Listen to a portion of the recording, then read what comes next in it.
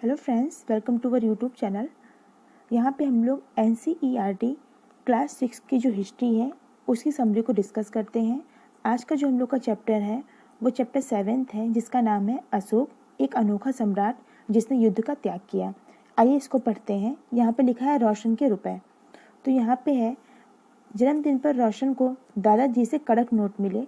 उसने उन्हें अपने हाथ में दबा रखा था। उसे एक नया सीडी खरीदने का बहुत मन था, लेकिन साथ ही वह बिल्कुल नए कड़क नोटों को देखना और छूकर महसूस करना चाहती थी। तभी उसने पाया कि सभी नोटों में दाहिनी तरफ गांधी जी का मुस्कुराता चेहरा बना हुआ है और बाईं तरफ छोटे छोटे शेर चित्रित हैं।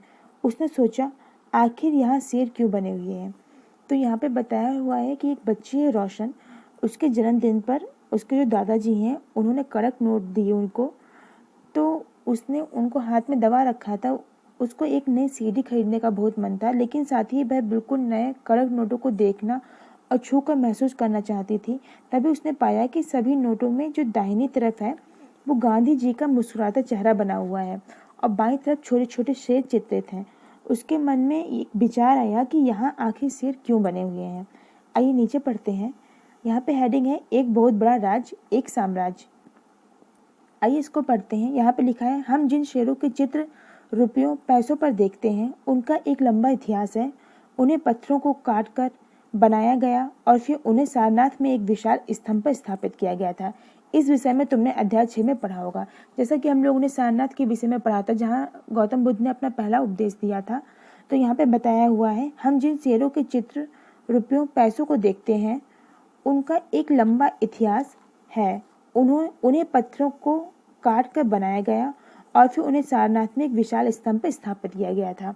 नीचे इतिहास के महानतम राजाओं में से एक अशोक के निर्देश पर इसके जैसे कई स्तंभों और पत्थरों पर अभिलेख उत्कीर्ण किए गए।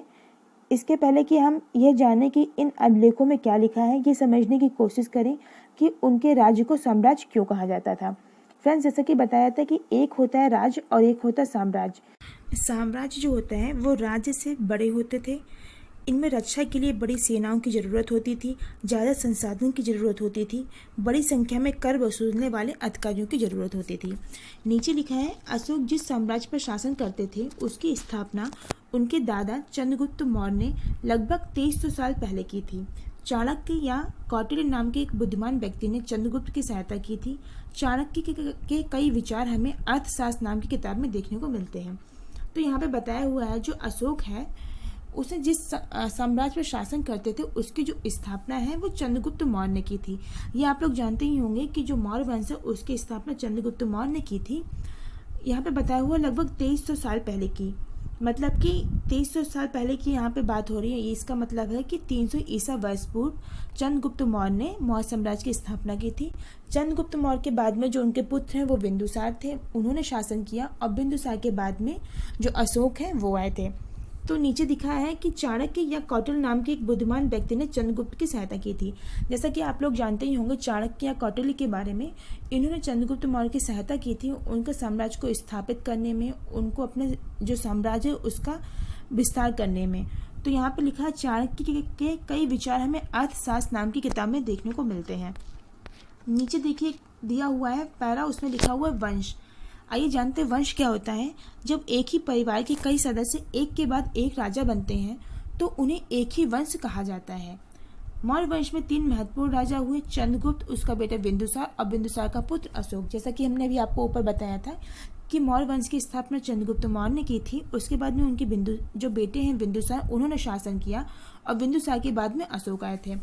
तो यहाँ पे बताया हुआ वंश किसे कहते हैं। यहाँ पे है जब एक ही परिवार के कई सदस्य एक के बाद एक राजा बनते हैं। जैसे कि मान लीजिए हम लोगों के जो दादाजी होते हैं, दादाजी हैं मान लीजिए, वो कहीं के राजा हैं। उसके बाद में क्या हुआ कि दादाजी के बाद में हमारे पापा हैं, तो पापा वहाँ के राजा बन गए। पापा के बाद में जो है हम लोग का टाइम आया तो फिर हम लोगों ने उस पर शासन किया। तो एक तरह से वंश प्रणाली चलती आ रही है। वंश का मतलब है कि एक ही परिवार के सदस्य या एक ही परिवार के जो लोग हैं वो शासन करते हैं किसी जगह पर, तो वहाँ पर वंश प्रणाली बोलते हैं उसको।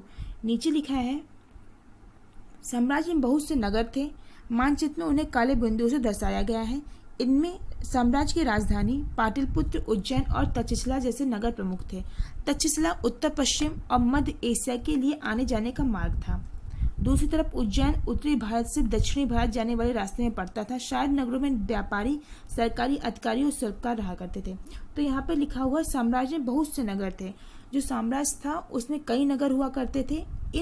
इनमें साम्राज्य की राजधानी जो थी वो पाटलिपुत्र, उज्जैन और तक्षशिला जैसे प्रमुख नगर थे। आगे तक्षशिला उत्तर पश्चिम और मध्य एशिया के लिए आने जाने का मार्ग था। जो तक्षशिला था वो उत्तर पश्चिम, जैसे कि ये मैप है मान लीजिए, तो जो तक्षशिला है वो उत्तर और पश्चिम के लिए आने का मार्ग था। मध्य एशिया के लिए उत्तर पश्चिम और मध्य जो एशिया है उसके लिए आने जाने का मार्ग था। मान लीजिए जैसे यहाँ पे आपका तक्षशिला है तो ये उत्तर पश्चिम से आने वाले लोगों के लिए और मध्य एशिया के लिए आने जाने का मार्ग था। नीचे दूसरी तरफ उज्जैन उत्तरी भारत में दक्षिण भारत जाने वाला रास्ता था। जो उज्जैन है वो मान लीजिए उसमें बताया हुआ है कि वो उत्तरी भारत से दक्षिणी भारत आने जाने का रास्ता था। शायद नगरों में व्यापारी, सरकारी अधिकारी और शिल्पकार रहा करते थे। नीचे है साम्राज्य के बहुत बड़े क्षेत्रों में किसानों और पशुपालकों के गांव बसे थे। मध्य भारत जैसे इलाकों में ज्यादातर हिस्सा जंगलों से भरा हुआ था। वहां पर लोग फल फूल का संग्रह और जानवरों का शिकार करके जीविका चलाते थे। तो यहाँ पे बताया हुआ जो साम्राज्य के बहुत बड़े क्षेत्रों में किसान और पशुपालक गांव में बसा करते थे। नीचे है मध्य भारत जैसे इलाकों में ज्यादातर हिस्सा जो था वो जंगलों से भरा हुआ था। वहां पर जो लोग हैं वो फल फूल का संग्रह करते थे, जानवरों का शिकार करके अपनी जीविका को चलाते थे।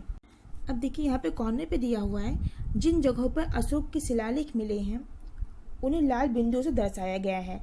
ये सारे इलाके साम्राज्य के भीतर थे। उन देशों के नाम बताओ जहां अशोक के अभिलेख मिले हैं। भारत के कौन से राज्य मौर्य साम्राज्य से बाहर थे। तो यहाँ पे देखिए नीचे है वो एक मैप दिखाया हुआ है। यहाँ पे बताया हुआ है कि जहाँ पे ये जो लाल पॉइंट है ये सब अशोक के यहाँ पे शिलालेख मिले हुए हैं। जैसे कि यहाँ पे गिरनार हो गया, सांची हो गया, गुज्जर हो गया, ये टोपरा है, बहादुर है, मेरठ है, कलसी है।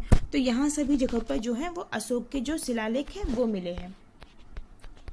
अब यहाँ पे नीचे देखिए यहाँ पे है भाषाएं। ऊपर लिखा था कि साम्राज्य के अलग अलग इलाकों में लोग भिन्न भिन्न भाषाएं बोलते थे। जो साम्राज्य था उसके जो अलग साम्राज्य काफ़ी विस्तृत होता था तो उनके जो अलग अलग भाग थे वहाँ के जो रहने वाले लोग थे वो अलग अलग भाषाएं बोलते थे, भिन्न भिन्न भाषाएं बोलते थे। वे लोग शायद अलग अलग प्रकार का भोजन करते थे और यहाँ तक कि अलग अलग किस्म की पोशाक भी पहनते थे। नीचे देखिए यहाँ पे है राज्य साम्राज्य से कैसे भिन्न है। तो यहाँ पे चूंकि साम्राज्य राज्यों से बड़े होते थे और उनकी रक्षा के लिए बड़ी सेनाओं की जरूरत होती थी, इसलिए सम्राटों के राजाओं की तुलना में ज्यादा संसाधनों की जरूरत होती थी। यहाँ पे बताया हुआ है कि जो राज्य है वो साम्राज्य से कैसे भिन्न होता था। नीचे है इसी कारण उन्हें बड़ी संख्या में कर इकट्ठा करने वाले अधिकारियों की भी जरूरत होती थी। तो यहाँ पे बताया हुआ है जो साम्राज्य है वो राज्य से बड़े होते हैं और उनकी रक्षा के लिए बड़ी सेनाओं की जरूरत होती है, इसलिए सम्राटों और राजाओं की तुलना में ज़्यादा संसाधनों की जरूरत होती है। जो सम्राट होते थे उनको राजाओं की तुलना में ज़्यादा संसाधनों की जरूरत होती थी क्योंकि उनको बड़ी सेना की आवश्यकता होती थी। नीचे इसी कारण उन्हें बड़ी संख्या में कर इकट्ठा करने वाले अधिकारियों की भी जरूरत होती थी। नीचे देखते हैं हेडिंग है साम्राज्य का प्रशासन। तो इसमें लिखा है चूंकि मौर्य साम्राज्य बहुत बड़ा था इसीलिए अलग अलग हिस्सों पर अलग अलग ढंग से शासन किया जाता था। पाटलिपुत्र और उसके आसपास के इलाकों पर सम्राट का सीधा नियंत्रण था। इसका मतलब यह हुआ कि इस इलाके के गांवों और शहरों के किसानों, पशुपालकों, शिल्पकारों और व्यापारियों से कर इकट्ठा करने के लिए राजा अधिकारियों की नियुक्ति करता था। तो यहाँ पे लिखा है क्योंकि जो मौर्य साम्राज्य था वो बहुत बड़ा था इसीलिए अलग अलग हिस्सों पर अलग अलग ढंग से शासन किया जाता था। मतलब कि फिक्स नहीं था कि हर जगह शासन एक सा ही होगा, वह अलग अलग हिस्सों पर अलग अलग ढंग से शासन किया जाता था। पाटलिपुत्र और उसके आसपास के इलाकों पर सम्राट का सीधा नियंत्रण था। जो पाटलिपुत्र था और उसके जो आसपास के जितने भी एरिया थे वहाँ पर सम्राट का सीधा नियंत्रण था। इसका मतलब ये हुआ कि इस इलाके के गाँव और शहरों के किसानों, पशुपालकों, शिल्पकारों और व्यापारियों से कर इकट्ठा करने के लिए जो राजा के अधिकारी हैं उनकी नियुक्ति की जाती थी। राजा कुछ अधिकारियों की नियुक्ति करता था जो वहां पर जाकर के कर को इकट्ठा करते थे। नीचे लिखा है जो राजा के आदेशों का उल्लंघन करते थे अधिकारी उनको सजा भी देते थे। इनमें से कई अधिकारियों को वेतन भी दिया जाता था। तो यहाँ पे लिखा है कि राजा है वो कुछ अधिकारियों की नियुक्ति करता था जो इन स्थानों पर जाकर लोगों से कर वसूलते थे, तथा जो लोग इन मतलब राजा की आज्ञा का उल्लंघन करते थे तो अधिकारी जो है वो उनको सजा भी देते थे। इनमें से कई जो अधिकारी होते थे उनको वेतन भी दिया जाता था। नीचे है संदेश वाहक, एक जगह से दूसरी जगह घूमते रहते थे और राजा के जासूस अधिकारियों के कार्यकलाप पर नजर रखते थे। तो यहाँ पे एक वर्ड दिया संदेश वाहक, इसका काम ये होता था कि ये एक जगह से दूसरी जगह घूमते रहते थे और राजा के जासूस या अधिकारी होते थे उनके जो क्रियाकलाप हैं या जो कार्य हैं उन पर नजर रखते थे ये लोग। इसके नीचे लिखा है इन सबके ऊपर सम्राट था जो राज परिवार एवं विशिष्ट मंत्रियों की सहायता से सब पर नियंत्रण रखता था। नीचे लिखा है मौर्य साम्राज्य के भीतर कई छोटे क्षेत्र या प्रांत थे। इन पर तक्षशिला या उज्जैन जैसी प्रांतीय राजधानियों से शासन किया जाता था। तो यहाँ पे लिखा है मौर्य साम्राज्य के भीतर कई छोटे प्रांत थे या क्षेत्र थे जिन पर तक्षशिला या उज्जैन जैसी प्रांतीय राजधानियों से शासन किया जाता था। कुछ हद तक पाटलिपुत्र से इन क्षेत्रों पर नियंत्रण रखा जाता था और अक्सर राजकुमारों को वहां पर राज्यपाल या गवर्नर बनाकर भेजा जाता था। तो यहाँ पे लिखा है जो साम्राज्य है उसमें कई छोटे छोटे क्षेत्र थे, प्रांत थे। तो उनमें क्या होता था कि जो राजकुमार होते थे उनको उन क्षेत्रों में भेज दिया जाता था वहाँ का राज्यपाल या गवर्नर के रूप में। लेकिन ऐसा लगता था कि इन जगहों पर स्थानीय परंपराओं और नियमों को ही माना जाता था। नीचे लिखा है प्रादेशिक केंद्रों के बीच विस्तृत क्षेत्र थे। इनके इलाकों में मौर्य शासक सिर्फ मार्गों और नदियों पर नियंत्रण रखने की कोशिश करते थे। यहाँ पे लिखा है प्रादेशिक केंद्रों के बीच विस्तृत क्षेत्र था। जैसे कि मान लीजिए तक्षशिला है और उज्जैन है, ये क्षेत्र हो गया, तो इनके बीच में काफी विस्तृत क्षेत्र था। तो ये काफी विस्तृत क्षेत्र होने के कारण इन इलाकों में जो मौर्य शासक थे वो सिर्फ मार्ग या फिर जो नदियां थी उन पर ही नियंत्रण रखने की कोशिश करते थे, क्योंकि बाकी भागों में नियंत्रण रखना काफी कठिन हो जाता था क्योंकि ये जो क्षेत्र था वो काफी विस्तृत था। नीचे लिखा है नदियों पर नियंत्रण करने की कोशिश करते थे जो कि आवागमन के लिए महत्वपूर्ण थे। यहाँ से उन्हें जो भी संसाधन कर और भेंट के रूप में मिलते थे उसे इकट्ठा किया जाता था। उदाहरण के लिए अर्थशास्त्र में ये लिखा है कि उत्तर पश्चिम कंबल के लिए और दक्षिण भारत सोने और कीमती पत्थरों के लिए प्रसिद्ध था। तो यहाँ पे लिखा है कि जो वो शासक थे वो वहाँ पे जो मार्ग है और नदियाँ हैं उन पर ही सिर्फ नियंत्रण रख पाते थे। यहाँ से उन्हें जो भी संसाधन कर और भेंट के रूप में मिलते थे उसे इकट्ठा किया जाता था। यहाँ पर इसे एक एग्जाम्पल दिया हुआ है, जैसे अर्थशास्त्र के अनुसार उत्तर पश्चिम कंबल के लिए, जो उत्तर और पश्चिम का एरिया था वो कंबल के लिए, और दक्षिण भारत सोने और कीमती पत्थरों के लिए प्रसिद्ध था। सोने और कीमती पत्थर वहां से आते थे। संभव है कि संसाधन नजराने के रूप में इकट्ठा किए जाते थे। तो यहाँ पे आइए नीचे पढ़ते कि नजराना किसे कहते थे। यहाँ पे लिखा है जहाँ कर नियमित ढंग से इकट्ठा किए जाते हैं वही नजराना अनियमित रूप से जब भी संभव हो इकट्ठा किया जाता है। जैसे कि जो नजराना है वो कर का ही एक रूप होता था। कर जो होता था वो हमारा नियमित रूप से लिया जाता है। जैसे कोई भी कर है कहीं पे लगा दिए कि हमको इतना टैक्स लेना, इतना कर लेना, तो वो एक नियमित रूप हो गया। लेकिन जो नजराना होता था वो फिक्स नहीं होता था, वो अनियमित रूप से जब भी संभव हो सके उसे ले लिया जाता था। मतलब जब भी संभव हो सके उसको इकट्ठा किया जाता था। ऐसे नजराने विविध पदार्थों के रूप में प्रायः ऐसे लोगों से लिए जाते थे जो स्वेच्छा से इसे दे सकें। मतलब कि ये किसी के ऊपर फोर्स नहीं था कि आपको ये कर देना ही देना है। ये अनियमित रूप से लिया जाता था और उन्हीं लोगों से लिया जाता था जो उसको स्वेच्छा से देते थे। नीचे लिखा है राजधानी में सम्राट। आइए इसे पढ़ते हैं। मेगस्थनीज चंद्रगुप्त के दरबार में पश्चिम एशिया के यूनानी राजा सेल्यूकस निकेटस का राजदूत था। मेगस्थनीज के बारे में आप लोगों ने पढ़ा होगा। तो ये कौन थे? चंद्रगुप्त के दरबार में पश्चिम एशिया के जो यूनानी राजा हैं सेल्यूकस, उनका राजदूत था। मेगस्थनीज ने जो कुछ देखा उसका विवरण किया। यहाँ हम उसके विवरण का एक अंश दे रहे हैं। नीचे लिखा है सम्राट का जनता के सामने आने के अवसरों पर शोभा यात्रा के रूप में जश्न मनाया जाता है। उन्हें एक सोने की पालकी में ले जाया जाता है। उनके अंगरक्षक सोने और चांदी से अलंकृत हाथियों पर सवार रहते हैं। कुछ अंगरक्षक पेड़ों को लेकर चलते हैं। इन पेड़ों पर प्रशिक्षित तोतों का एक झुंड रहता है जो सम्राट के सिर के चारों तरफ चक्कर लगाते रहते हैं। राजा सामान्यतः हथियारबंद महिलाओं से घिरे होते थे।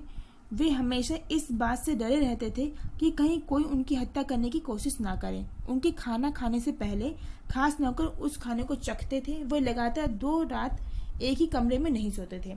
तो यहाँ पे मेघ स्तनीज ने आकर के जो भी देखा उसका एक वर्णन किया, उसका एक अंश यहाँ पे दिया हुआ है, तो इसको आप लोग पढ़ सकते हैं। नीचे लिखा है, और पाटलिपुत्र जो आधुनिक पटना में है उसके बारे में उन्होंने बताया कि यह एक विशाल और खूबसूरत नगर है।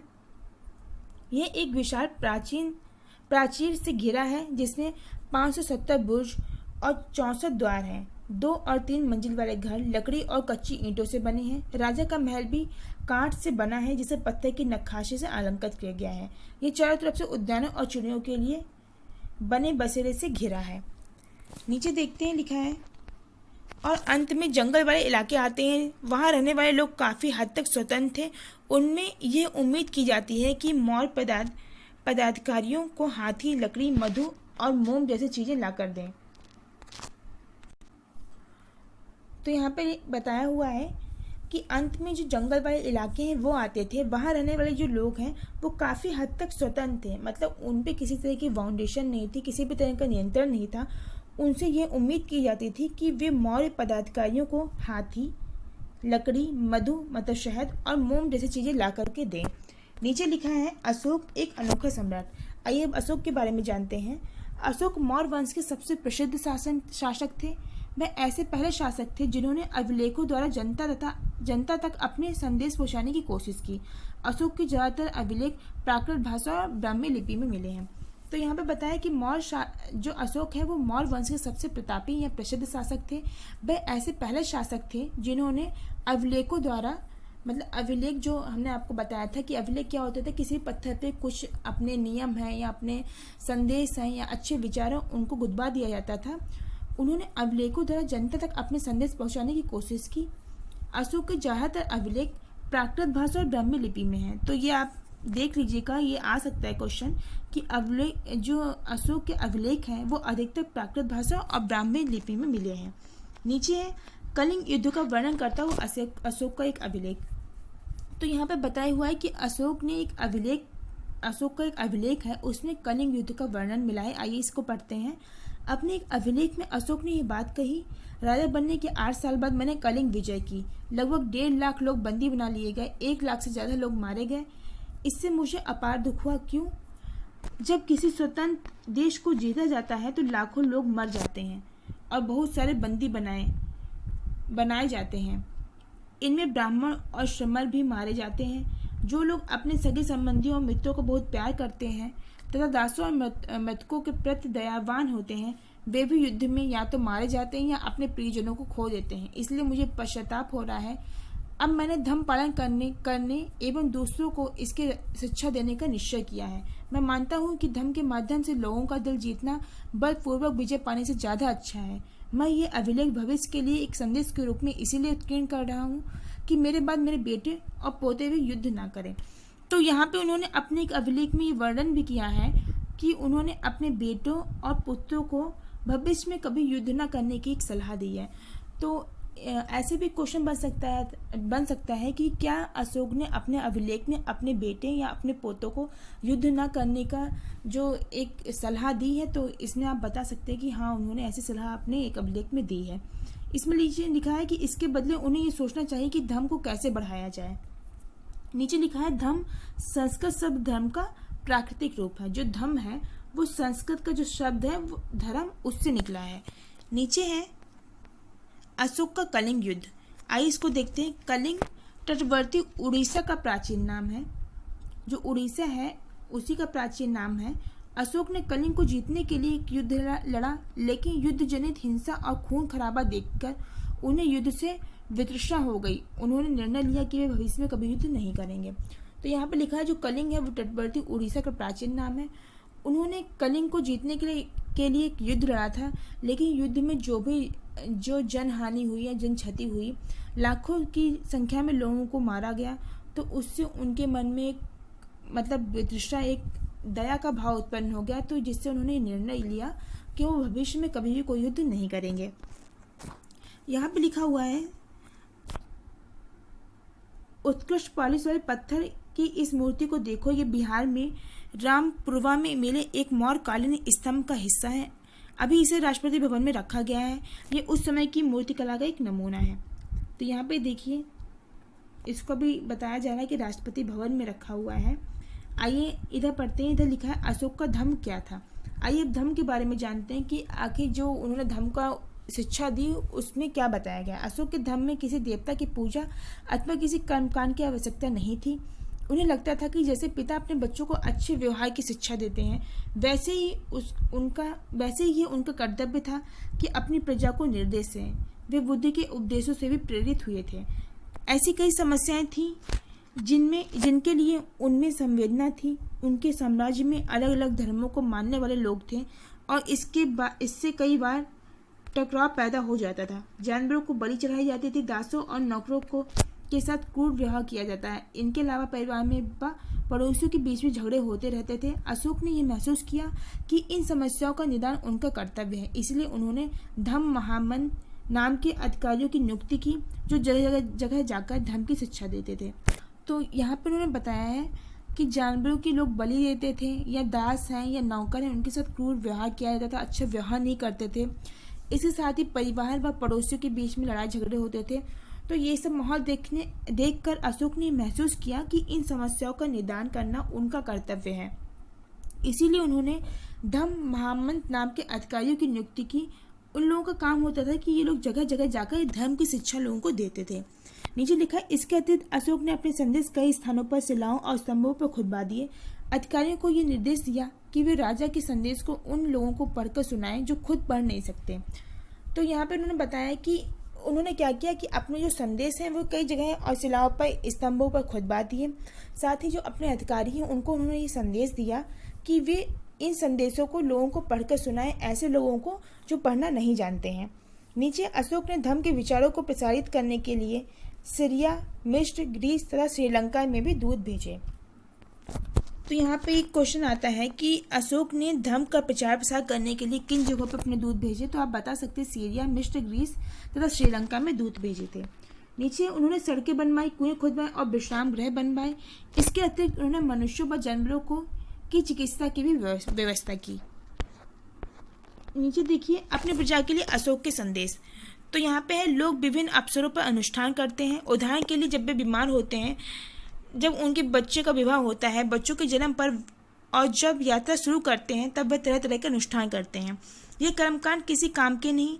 इसके बदले यदि लोग दूसरी रीतियों को माने तो वह ज़्यादा फलदायी होंगी। ये अन्य प्रकार की रीतियाँ क्या हैं? ये हैं अपने दासों और नौकरों के साथ अच्छा व्यवहार करना, बड़ों का आदर करना, सभी जानवरों पर दया करना और ब्राह्मणों तथा श्रमणों को दान करना। तो यहाँ पर लिखा हुआ है कि लोग विभिन्न तरह के अनुष्ठान करते हैं, जैसे कि उनके बच्चों का विवाह होता है तब अनुष्ठान करते हैं, या बच्चे के जन्म पर और जब यात्रा शुरू करते हैं तब वह तरह तरह के अनुष्ठान करते हैं। तो यहाँ पे बताया कि इस तरह के कर्मकांड का कोई भी मतलब नहीं है, इससे कोई भी फल हमको नहीं मिलने वाला। इसके बदले हमको क्या करना चाहिए? इसके बदले हमको ऐसी चीज़ें करनी चाहिए जो फलदायी हो या हमारे लिए किसी तरीके से लाभ पहुँचाएं। तो ये चीज़ें क्या हैं? ये चीज़ें बताई गई हैं कि अपने दासों और नौकरों के साथ अच्छा व्यवहार करिए, बड़ों का आदर करना, सभी जीवों पर दया करना और ब्राह्मणों या श्रमणों को दान करना। नीचे, अपने धर्म की प्रशंसा या दूसरों के धर्म की निंदा करना, दोनों ही बातें गलत हैं। हर किसी को दूसरे धर्म का आदर करना चाहिए। यदि कोई अपने धर्म की बढ़ाई और दूसरे के धर्म की बुराई करता है तो वह वास्तव में अपने धर्म को ज़्यादा नुकसान पहुंचा रहा है। तो यहाँ पे बताएं कि किसी को भी अपने धर्म की ज़्यादा से ज़्यादा या बढ़ चढ़ कर प्रशंसा नहीं करनी चाहिए, साथ ही दूसरों के धर्म की निंदा भी नहीं करनी चाहिए। दोनों ही बातें गलत हैं। ये हर किसी दूसरे धर्म का, हमको हर किसी भी कोई भी दूसरा धर्म है उसका आदर करना चाहिए। कोई भी अपने विचार बताता है तो उसका आदर करना चाहिए। यदि कोई अपने धर्म की बढ़ाई और दूसरों की बुराई करता है तो वह वास्तव में अपने धर्म को ज़्यादा नुकसान पहुंचा रहा है। इसीलिए हर किसी को दूसरे के धर्म के प्रमुख विश्वासों को समझने की कोशिश करते हुए उनका आदर करना चाहिए। नीचे लिखा है, भारत के प्रथम प्रधानमंत्री पंडित जवाहरलाल नेहरू ने लिखा है, उनके धर्मादेश आज भी हमसे ये एक ऐसी भाषा में बात करते हैं जिन्हें हम समझ सकते हैं और जिनसे हम बहुत कुछ सीख सकते हैं। अशोक ने धर्म के विचारों को दूर दूर तक फैलाने के लिए उन बातों को बताया जो आपके अनुसार आज ही प्रासंगिक हैं। अशोक के संदेश के उन हिस्सों को बताओ जो आज ही प्रासंगिक हैं। आइए यहाँ पे देखते हैं, यहाँ पे लिखा है, राइट साइड में ब्राह्मी लिपि, आधुनिक भारत की ज़्यादातर लिपियाँ पिछले सैकड़ों वर्षों में ब्राह्मी लिपि में उत्पन्न हुई हैं। ये इंपॉर्टेंट, इसको ध्यान देखिए, इसको ध्यान से देखिए। इसमें लिखा है कि आधुनिक भारत की जितनी भी लिपियाँ हैं वो पिछले सैकड़ों वर्षों में ब्राह्मी लिपि से ही उत्पन्न हुई हैं। यहाँ आप अक्षरों को अलग अलग भाषाओं की लिपियों में देख सकते हैं। देखिए यहाँ पे दिखाया हुआ जो आ अक्षर है वो अलग अलग भाषाओं में लिपियों में लिखा है। जैसे ये है, यहाँ पे आ इस टाइप से बना हुआ है, ये आरंभिक ब्राह्मी है। यहाँ पे आ जैसे हम लोग पढ़ते हैं ये देवनागरी हिंदी है, जैसे हम लोग हिंदी में वर्णमाला में पढ़ते हैं कि छोटा ऐसे बनता है या बड़ा है इसमें ऐसे डंडा लगता है। तो ये सब क्या है, ये देवनागरी हिंदी की लिपियाँ हैं। आगे देखते हैं, जो बंगला है उसमें आ ऐसे लिखा जाता है, मलयालम में आ ऐसे बनता है और तमिल में आ ऐसे बनता है। नीचे देखते हैं, यहाँ पे अनर्थ है, यहाँ पे लिखा मौर्य साम्राज्य के उभरने से थोड़ा पहले लगभग 2400 वर्ष पहले चीन में सम्राटों ने चीन की दीवार का निर्माण शुरू किया। इसे बनाने का उद्देश्य उत्तरी सीमा की पशुपालक लोगों से रक्षा करना था। अगले 2000 वर्ष तक इस दीवार का निर्माण कार्य चलता रहा क्योंकि साम्राज्य की सीमाएं बदलती रहीं। ये दीवार लगभग 6400 किलोमीटर लंबी है तथा पत्थर और ईंट से बनी है। इसकी ऊपरी सतह सड़क जैसे चौड़ी है। इस दीवार को बनाने के लिए हजारों लोगों को काम करना पड़ा। हर 100-200 मीटर की दूरी पर निगरानी के लिए बुर्ज बने हुए हैं। पड़ोसी देशों के प्रति अशोक का रवैया चीनी सम्राट के रवैये से कैसे भिन्न था। तो यहाँ पे देखिए चीन की दीवार का एक दृश्य है, एक चित्र दिखाया हुआ है। तो यहाँ पर जैसा बताया हुआ 100-200 मीटर के जो दूरी के अंतर पे बुर्ज बनाए हुए थे। यहाँ से लोग क्या करते थे, वो निगरानी रखते थे सैनिक।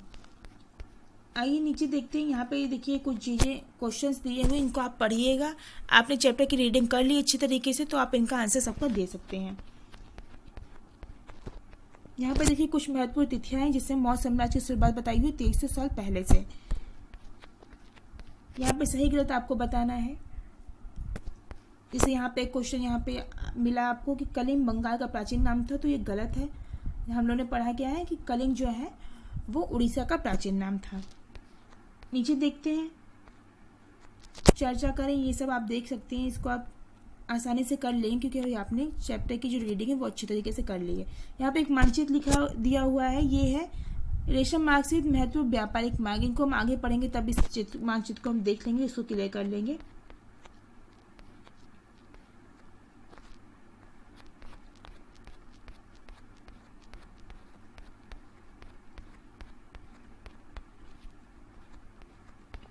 आइए अब यहाँ पे ये चीज़ इंपॉर्टेंट है, इसको हम देख लेते हैं आगे की बात। आइए देखते हैं इसमें क्या बताया हुआ है। यहाँ पे लगभग 2200 वर्ष पहले मौर्य साम्राज्य का पतन हो गया। इसके स्थान पर साथ ही अन्य जगहों पर भी कई नए राज्यों का उदय हुआ। पश्चिमोत्तर में तथा उत्तर भारत के कुछ भागों में करीब 100 साल तक हिंद यवन राजाओं का शासन रहा। इसके बाद पश्चिमोत्तर, उत्तर तथा पश्चिमी भारत पर शक नामक मध्य एशियाई लोगों का शासन स्थापित हुआ। इनमें से कुछ राज्य लगभग 500 वर्ष तक टिके रहे, जब तक कि शक शासकों को गुप्त शासकों से पराजय नहीं मिली, जो हम अध्याय 10 में पढ़ेंगे। शकों के बाद कुषाणों लगभग 2000 वर्ष पहले का शासन स्थापित हुआ। लगभग अध्याय 9 में तुम कुषाण के बारे में और अधिक जानोगे। नीचे लिखा है, उत्तर तथा मध्य भारत के कुछ इलाकों में मौर्य सेनानायक पुष्यमित्र शुंग ने एक राज्य की स्थापना की। शुंगों के बाद कर्ण तथा कुछ और वंशों का शासन तब तक चला जब तक लगभग 1700 वर्ष पहले गुप्त साम्राज्य की स्थापना हुई। हमने देखा कि पश्चिम भारत के कुछ हिस्सों पर शकों का शासन था। यहाँ पश्चिम भारत तथा मध्य भारत पर शासक कर रहे सातवाहन शासकों के साथ इनमें कई युद्ध हुए। लगभग 2100 साल पहले स्थापित सातवाहन राज्य लगभग 400 सालों तक टिका रहा। लगभग 1700 वर्ष पहले मध्य तथा पश्चिम भारत में बाकाटक वंश का शासन स्थापित हुआ। दक्षिण भारत में 2200 से 1800 वर्ष पूर्व के बीच चोलों, चेरों तथा पांड्यों ने शासन किया। लगभग 1500 साल पहले पल्लवों और चालुक्यों के दो बड़े राज्यों की स्थापना हुई। तो यहाँ पे क्या बताया हुआ है कि मौर्य शासन का जो साम्राज्य है उसका कुछ सालों के बाद पतन हो गया था। उसके बाद में यहाँ पे बताया हुआ है कि मध्य एशिया के कई लोगों ने इस पर शासन किया। फिर गुप्त लोग आए। इसके बाद में देखिए यहाँ पर पुष्यमित्र संगु हैं, उनका जिक्र हुआ है कि उन्होंने शासन किया। इसके बाद में यहाँ पर चोलों चेरों और पांडवों ने शासन किया। फिर लगभग 1500 साल पहले पल्लवों और चालुक्यों के 2 बड़े राज्यों की स्थापना हुई। इसके बाद यहाँ पे है, इसके अलावा और भी कई राज्य और राजा थे, इनके बारे में हमें उनके सिक्कों, पांडुलिपियों तथा पुस्तकों से पता चलता है। इन सब के साथ साथ अनेक ऐसे परिवर्तन भी हो रहे थे जिनमें सामान्य इससे पुरुष का महत्वपूर्ण योगदान था। इनमें कृषि का प्रसार, नए शहरों का विकास, उद्योग तथा व्यापार में प्रगति थी। व्यापारियों ने एक तरफ जहाँ उपमहाद्वीप के अंदर तथा बाहर जमीन के रास्तों की खोज की, वहीं पश्चिम एशिया, पूर्वी अफ्रीका तथा दक्षिण पूर्वी एशिया के समुद्री रास्ते भी खुले। मंदिरों, स्तूपों तथा अन्य इमारतों का निर्माण हुआ, किताबें लिखी गई, साथ ही वैज्ञानिक खोजें भी हुई। ये सारी बात साथ साथ हो रही थी। इस पुस्तक के बाकी हिस्सों को पढ़ते हुए तुम इन बातों का ध्यान रखना। तो यहाँ पे बताया हुआ कि जिस तरीके से मौर्य साम्राज्य का पतन हो गया, उसके बाद में किस तरीके से चेंजिंग आ रही थी। तो यहाँ पे बताया हुआ है कि सामान्य रूप से इससे पुरुष दोनों का ही महत्वपूर्ण योगदान रहा, जिनमें कृषि का प्रसार, नए शहरों का विकास या व्यापार में, यहाँ आप देख सकते हैं कि नए जमीन के रास्तों की खोज हुई। वहीं पश्चिम एशिया, पूर्वी अफ्रीका तथा दक्षिण पूर्वी एशिया के समुद्री रास्ते भी खुले। मंदिरों, स्तूपों तथा अन्य इमारतों का निर्माण हुआ, किताबें लिखी गई, अधिक से अधिक वैज्ञानिक खोजें भी हुई। जैसे कि यहाँ पे दिखाया हुआ है कि हिंद यवन का यहाँ पे सिक्का है, इस टाइप से अंकित हुआ है। नीचे देखिए यहाँ पे कुषाण का सिक्का है, जो कुषाण शासन काल में जो भी सिक्के चलते थे उनका यहाँ पे एक फ़ोटो है। यहाँ पे फिर है शक का सिक्का है, और नीचे यहाँ पे कॉर्नर पे है सातवाहन का सिक्का। तो फ्रेंड्स, इन सब के बारे में हम लोग आगे डिटेल में पढ़ेंगे। अगर आपको वीडियो पसंद आई तो वीडियो को ज़्यादा से ज़्यादा लाइक करिए, शेयर कर दीजिए। साथ ही अगर आप हमारे चैनल पर नए हैं तो चैनल को सब्सक्राइब कर लीजिए, बेल आइकन का बटन दबा दीजिए, जिससे आगे आने वाली जो भी वीडियोज़ हैं, नोटिफिकेशन है, वो आप लोग को टाइम पर मिल सकें। तो फ्रेंड्स, मिलते हैं अगली वीडियो में, तब तक अपना ख्याल रखिए, खुश रहिए। Thank you.